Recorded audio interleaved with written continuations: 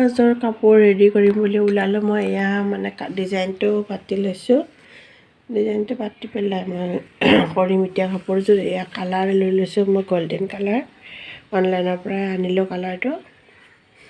ৰেডৰ ওপৰত গল্ডেনৰ কাম কৰিম, গতিকে এনেকৈ মই সম্পূৰ্ণখিনি ৰেডি কৰি লৈছোঁ। গোটেই ভিডিঅ'টো একেলগে কালাৰ কৰি দেখুৱাটো সম্ভৱ নহয়, বহুত দেৰি লাগে কাপোৰ এযোৰ বনাওঁতে। এদিনততো নহয়গৈ, 2-3 দিন কৰিলেও মোৰ নহয়।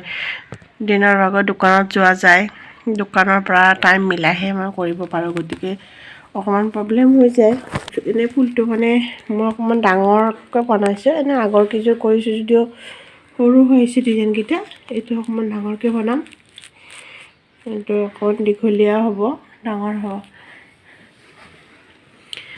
আহক তেতিয়াহ'লে মই আৰম্ভ কৰোঁ। কেনেকৈ কালাৰটো কৰিছোঁ কৰি দেখুৱাই দিওঁ আপোনালোকক। আৰু কাপোৰযোৰ ৰেডি হ'লে সম্পূৰ্ণ ভিডিঅ'টো পাই যাব। আপোনালোকে ল'ব বিচাৰিলে এই কালাৰটো কৰিলে মানে ডিজাইনটো বেলেগকৈ আঁকি ল'ব নালাগে। ডিজাইনটোৰ ওপৰত ৰাখি থৈ এনেকৈ মই কালাৰটো কৰি যাম। এনে কৰিবলৈ সহজ হয় বস্তুটো।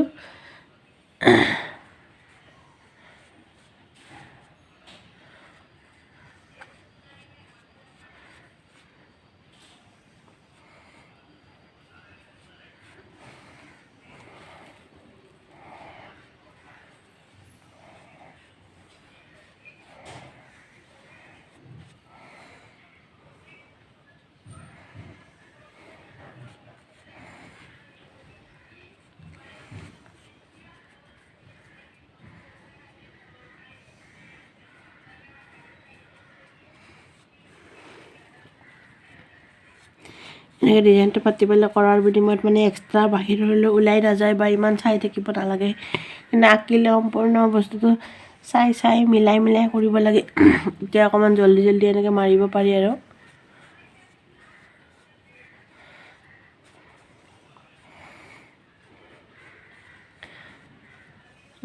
এই ফুল মোৰ ৰেডি হৈয়ে গ'ল।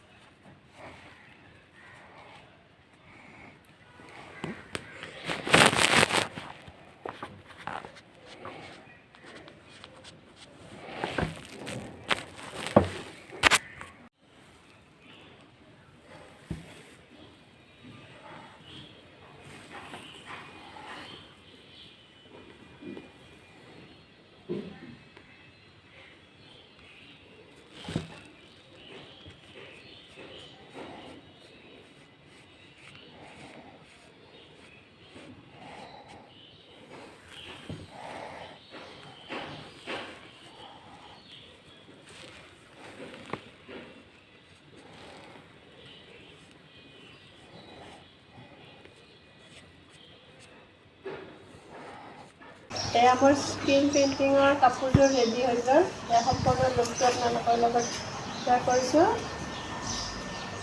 তেনেধৰণৰ পাইছে আপোনালোকে কাপোৰযোৰ। যদি ল'ব বিচাৰে তেতিয়া আকৌ স্ক্ৰীনশ্বট নাম্বাৰ দিয়া আছে, আপোনালোকে যোগাযোগ কৰিব পাৰে।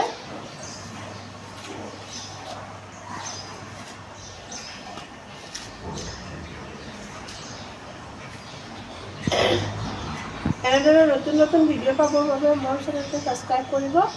আজিৰ ভিডিঅ'টো এইখিনিতে সামৰণি মাৰিছোঁ। নমস্কাৰ, পুনৰ এটা নতুন ভিডিঅ'ত লগ পাম।